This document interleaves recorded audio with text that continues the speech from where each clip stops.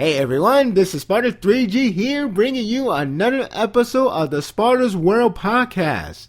This is going to be a pretty short one because, well, I haven't decided which to fill the blank with, since I really didn't get the chance to thoroughly look at. So I only got 2 manga to cover, and yes, this is going to be a short one. But fear not, I will find a way to fill that space in a future time. So in the meantime, Fridays is going to be a shorter edition of the podcast. But hey, that's good for you guys, so you could leave and not, deal with this whole entire podcast. I'm trying not to bury myself here, but I'm just saving you the time. But if you do one more time, I guess you gotta help me out to find which space I should fill in for these empty space that's supposed to be like at least maximum 4 or even 5 manga or even anime. But the anime section will begin around May, so I haven't really picked up an anime at this time. But in due time I'm going to find the space.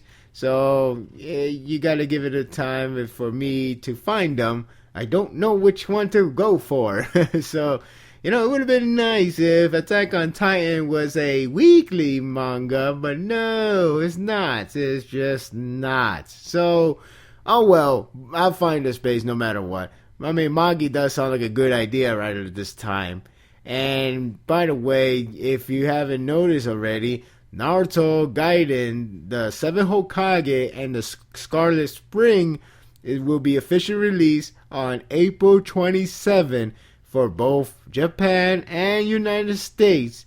Well, that being said, we do have a fan sub edition that's already released on Thursday.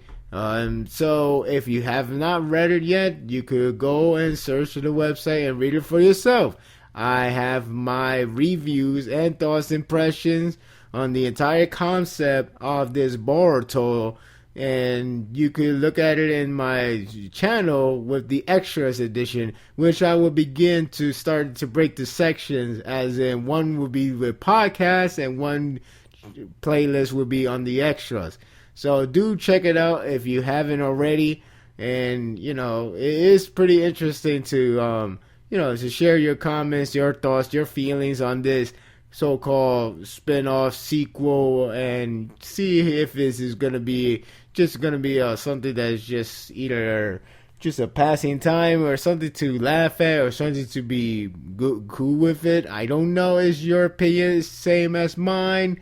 So it's always interesting to see what's your thoughts on this chapter. With that said, we should get to the reviews. But before we do that, there's only one news to cover. While there are plenty of news, I didn't really get to check that much of it, and they're really not that much of a worthy, except for stuff like Saint Seiya. The newest Saint Seiya anime has been streamed over 2 million people in under 10 days, I believe, which is impressive, and that's good for them. So I'm happy for that. And I know one of my friends who is like a Saint Seiya fan will be happy to hear something about this, like especially since Saint Seiya seems like a timeless classic for these guys, and it is on its own too, so good for that. The only one I just wanted to say is that Orange, the manga that is brought to you by Ichigo Takano, is actually getting a live adaptation, live action movie adaptation, and it's set to premiere in December of 2015. So that's interesting to know about that. I have heard this manga is pretty damn good, and it's kind of a little bit strange for me, maybe because I'm not used to it, but I mean I know there are a lot of series that does this, but it's just kind of funny that this series is actually a seinen series. So, that's kind of shocked me a little bit. I'm more interested to see this manga now than ever. But seinen doesn't have to mean all guts, blood, and everything. It just has to mean like a mature content or a mature story and a mature dialogues and stuff like that. So Orange seems to be catching on.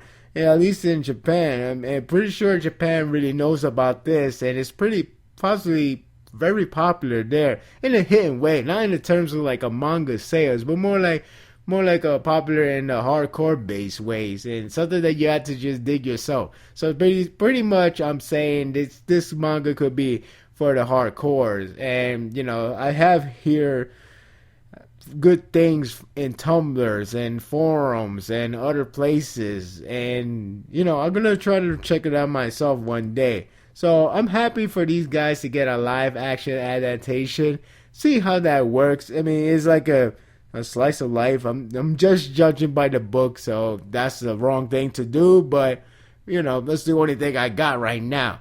But I am planning to check it out myself, and hearing this news is actually a good news for them. It's always good to be recognized, so good for them. All right, let's get to the review, because that's the only last part to cover, and it's just two: One Piece and Bleach.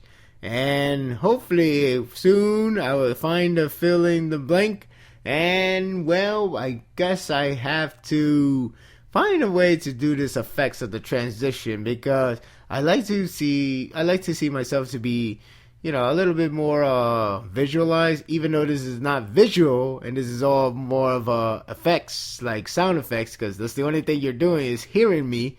So I like to do those one day. I even wanted to get an intro. A friend of mine is trying to help me out here, so I expect the presentation to be more flashy in terms of sounding, of hearing. So yeah, for the lack of better words, So, but in due time. Right now, let's just get to the review and let's just move on. So, yep, here we go. All right, Bleach. I gotta say, this chapter was pretty decent, and it's not that the past chapter were pretty bad or the worst thing that ever happened. It's just slowly paced it, and because of those, it's just not that enjoyable.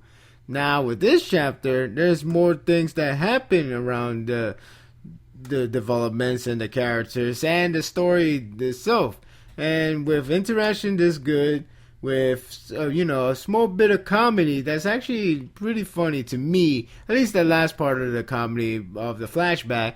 And lastly, we got the last moment that pretty much gets everybody hyped up, especially since it's that guy, which everybody seems to really like. I do like him too. So, I do anticipate to see the interaction between him and Ichigo. So before we get to that, let's get to the beginning. Isaac just got coming back from his beauty nap. Well, you know what I mean, because of that Quincy guy. He take a good shot at him, and now he's coming back up. And pretty much Kuroko started to have an interaction once again with Aizen, talking with each other. And then now they're about to get ready to make a huge move, which is pretty much getting to the Soul King's palace. So yes, finally they're going to go there. And I do like the interaction with these two, because it always continues from where they left off, and then they always bring a new thing because of the new event happening. And in this case, it's the Quincy actually teaming up with the Shinigami.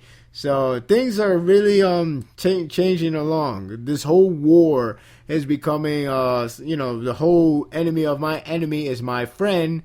So it is interesting to see how everybody is starting to work together. But under that rules, okay? It's not like they just became good friends, just like, the other series has done in an instant time without even making any discussion whereabouts. So in this case, it's the enemy of my enemy is my friend. But the fact that Quincy and Shinigami, who they hate each other, I guess you could say, and they had a good war with each other for so long, now they're working together. It seems like a little, something that you will never see every day. So this is where Aizen reflected that. And, of course, they are deciding to work together because they have the common enemy. So that's the case. And pretty much they go into the Soul Palace. And, yeah, Aizen ends up saying, "You're a man really hard to forgive, Kurosaki Ichigo." Because this is the guy who tried to stop him back then, and yet he'll be the first guy that will enter the Soul Palace before he can. So it's actually, at least a small remnants of the old past arcs with him and Ichigo, the whole battle between them and the whole feud between them. So it would be interesting to see Aizen and Ichigo interact once again, especially since, the Aizen did the whole, I planned this since the beginning of your time, I know this, I predicted this and that, with that power of his that seems to be a one power of all. That whole God thing, as strange that is, and how much of a ass pull that thing can really be. So, yeah, this, it's neat to see this old resemblance and everything else be from the past chapters. So, yeah, I guess you could kind of say we're getting closer and closer to its ending of the series.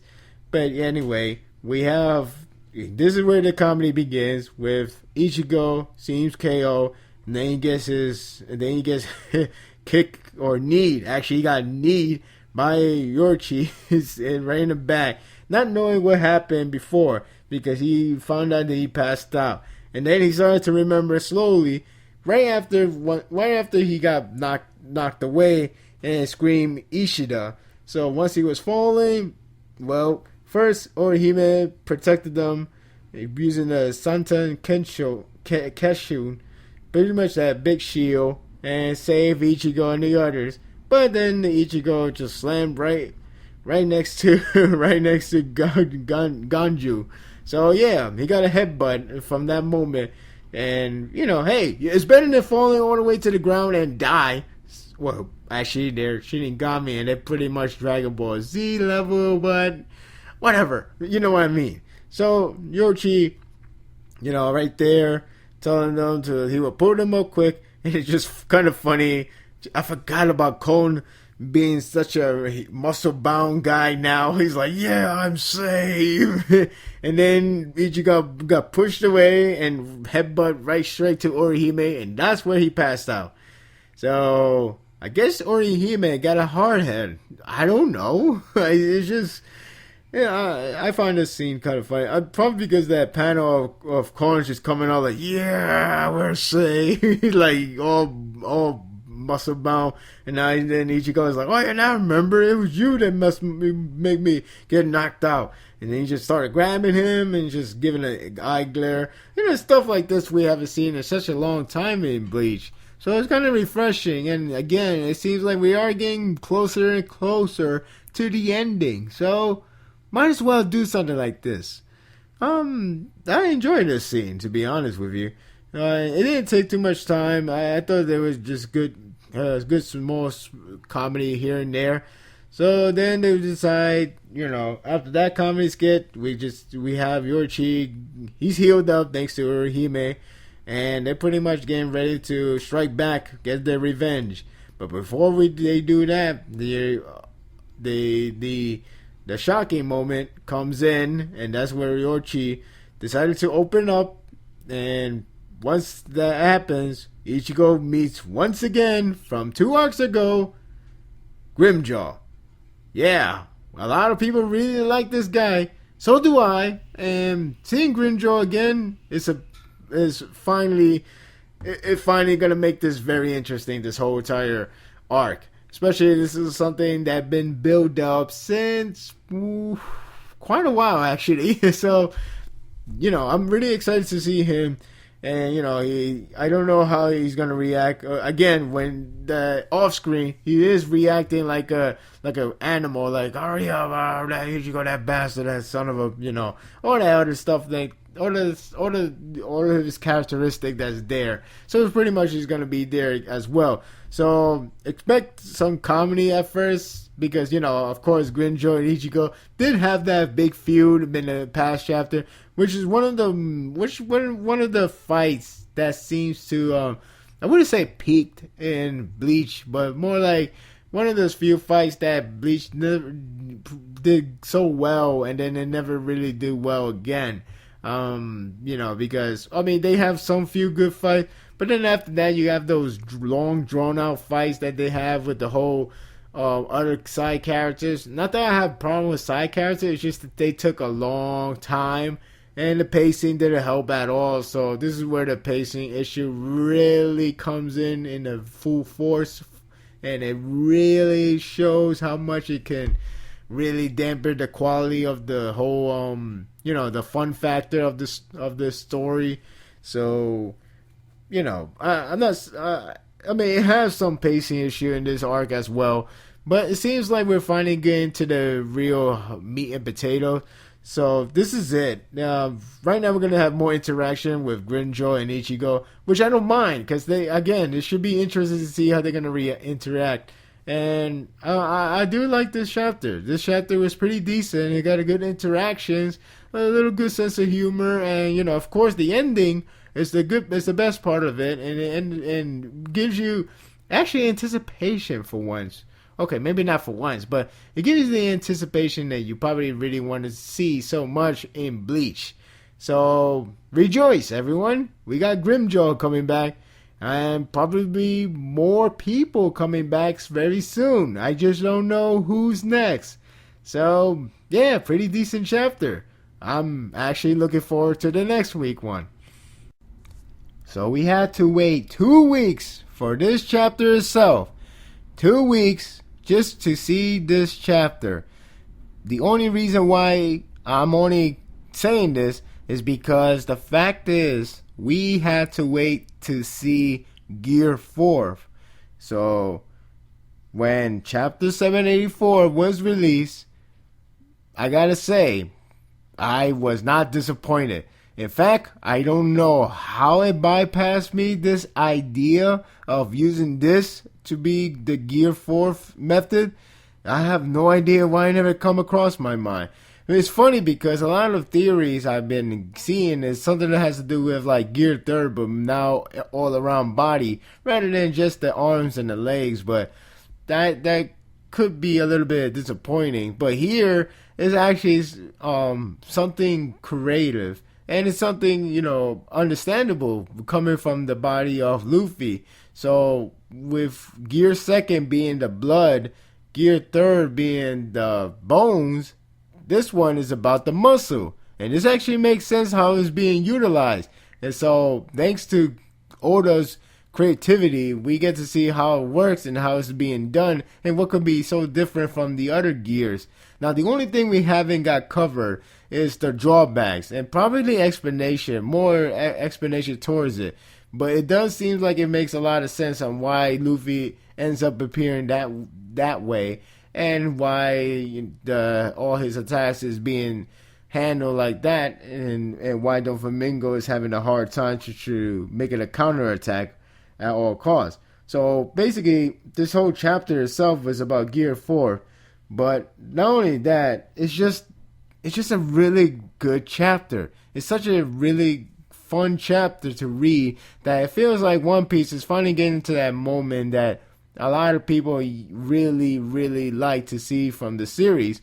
There's a lot of great perks in this series, but when it comes to something like this is always the greatest joy of it, with the actions and and a lot of really creativity in this series. Because, a lot of series has always done some cliche stuff, which is not bad, but One Piece has been doing a lot of originality, or if not original, something that hasn't really been dealt with, because, One Piece has that strange mind of universe, where, not just because the character designs, but because how it's being just portrayed. So with Luffy going Gear 4 and the way how it's being handled is no exception. So basically, this is one hell of a chapter, and yeah, I wasn't even disappointed. There's nothing wrong with this, and I expected no less from Oda to have this kind of mindset of having Luffy appear like a round shaped balloon, whatever. But at the same time, kicking ass and pretty much displayed coolness from him, the badassery of him. So basically, this was something. This was a huge hit, at least to me. I don't know. I'm pretty sure there'll be a disappointed people, but so far I have seen a lot of praise. So I don't know. So beginning of the chapter, pretty much the cage is closing in, and everyone else is about to get crushed. So pretty much the time set is already nearing its end, and Luffy had really got to take out Doflamingo before everything is too late. So yeah, first he's gonna start slicing up because the cage is gonna get closer and closer. So it's gonna slice up some place, and they're gonna slice up where Usopp is at, and then Usopp is like, "Oh my God, we gotta hurry up!" So you know how he is, and pretty much Zoro is gonna go up there and try to stop that. Not sure how that's gonna work, but should be interesting. And yeah, that's pretty much it from that side. And it's funny because I'm like reading this. As much as I like these developments or what's gonna happen next or the progression of these characters, I'm still wondering like if we're gonna see Gear 4 towards the end or we're gonna see Gear 4 at all. I was hoping we get to that point. I'm not trying to rush this thing. I'm not trying to be so demanding, but it's just like I said, the last chapter left off with that Gear 4 being highly anticipated, and we had to wait 4 weeks. I'm sorry, 2 weeks. I don't even know when I'm getting 4 weeks. Maybe it's the Gear 4, but that's the thing. Is that Gear 4 was highly anticipated, and we had to wait 2 weeks for this. So in a hindsight, with if you read it on the go, it still be anticipated because the way how it's being done. Since like Luffy was talking about you're in my way, you're in our way, and stuff like that, and then you go Gear 4. And then we read the next chapter. It's not like it's trying to ruin the pacing. It just gives you blood pumping because of the way I was being hyped, which is One Piece main perk. Well, one of the main perk is know how to make a huge build up and make a very strong hype that he could either deliver greatly or it could be a little flat. But in this case, it's starting to show is being delivered greatly, at least in my opinion. So Law and Cabbage Guy, they're pretty much right there watching the view. And yeah, Law's got his arm healed. Well, it's not completely healed, but it's getting there since they already did the whole process with the whole dwarves and that ability from that princess. So now you just have to stand there and just let her start and just wait until the blood start flowing again. So yeah, he got his arm back. I guess I was thinking that he may just lose an arm permanently, but sometimes you can't get everything you actually think will happen.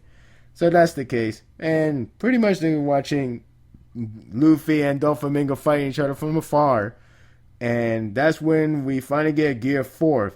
So yeah, it didn't take that long. It only took like 3 pages later or so to get to that most hyped up scene from One Piece in such a long time. And then we see Kinuku balloon, which pretty much muscle in Japanese. And yeah, pretty much this pretty much he ends up looking like a balloon. And Doflamingo thinks like, well, that's it, because the appearance it makes him look like just a one big pound man, as he even calls him that. So again, the more than meets the eyes, and of course, Oda always gonna draw some some design, those bizarre design in One Piece characters. So this one is no exception. I mean, if you can imagine if it was a different guy doing the One Piece and do Gear 4, you probably just have a normal size Luffy with darkened arms and legs, and his hair being all like all gelled up and stuff like that, and his eyes as well. But in this case, obviously he's always thinking something ahead. But the way how it's being done with is still cool in his type of way. So I really like the appearance of this. At first I thought this was zombie Luffy. I thought he was making a grand return because in a way it has that kind of similarity, but it's obviously it's all done by muscles, and it's something that he could do on his own from this point on. So it's not like he has to get those zombies to get inside of him. You know what I mean when I say that. But point is, he have his own ways to he have his own method to get this kind of power, and this is cool. And then the first ability, which was pretty damn cool, was that whole Gomo Gomo no Kong gun, which looks pretty damn deadly. Just the fact that Doflamingo just got blasted straight from the top all the way to the ground, up to the point where everybody was like, "Wait, is that Doflamingo? What he's doing here?" That is the question I want to know. So he was like, "Oh my god, how the hell this happened?" And it is great to see Doflamingo getting his ass kicked, because that's another thing about One Piece. One Piece always know how to make a really dickish bad guy, and to the point that you really want to see them to get their ass kicked. So case in point, Doflamingo, especially he's been around such a long time now. So seeing him getting beat up is very something else, to be honest, because I guess it is the imagery of never seeing the bad guy, never seeing that person get touched, get punched, whatever. Seeing the imagery of now that's becoming a reality is something that your eyes cannot handle for time being. So seeing the Flamingo getting his ass kicked like this is like, wow, I thought I'd never see the day or being alive to see that day. So yeah, this is the case, and pretty much Luffy just outright destroyed him in his Gear 4. He goes right towards him and does another technique, but this time is from his feet with Rhino and then Schneider, and he's just wrecking him. He's just wrecking him. I think the best way to describe it is like seeing the Incredible Hulk just destroying some random guy, just one random scrub. It's the best way I could describe this whole scene. This pretty much Doflamingo just having a hell of a time. Doesn't even understand what the hell is going on, because he's just a mere rubber, and yet because of the whole gear power, he's just getting his ass kicked. Then he does cavalry cannon, and then he pretty much Doflamingo looks like he stopped there. He finally got the better hand, and then Luffy is like, yeah, like that will work, and then he redirect his attack. The cavalry cannon, which is insane. So this, again, this chapter was more of a Gear 4, showing how powerful it is, how he can kick ass, and all that other good stuff. It doesn't show the drawback, because that's obviously going to be saved for the next chapter or the chapter after that. Now, Gear 4 is based on muscles. So I don't know what exactly going to happen. Maybe he would just wear off. Maybe you would just see Luffy like very pale. That's my best guess. Gear 2 is based on blood. So the more he uses, the more the blood, the more tired he's gonna get. Cause it's like blood loss. You know how like when you donate your blood, you're gonna be tired out. Cause of course you're draining out blood, and you get woozy. Makes sense.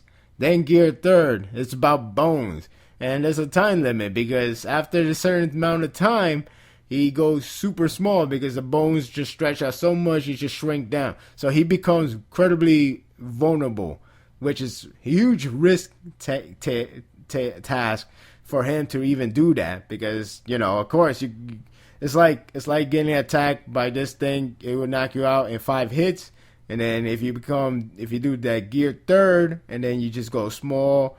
It's like, okay, it only takes 1 hit out of you and you'll be KO. So it's huge risk.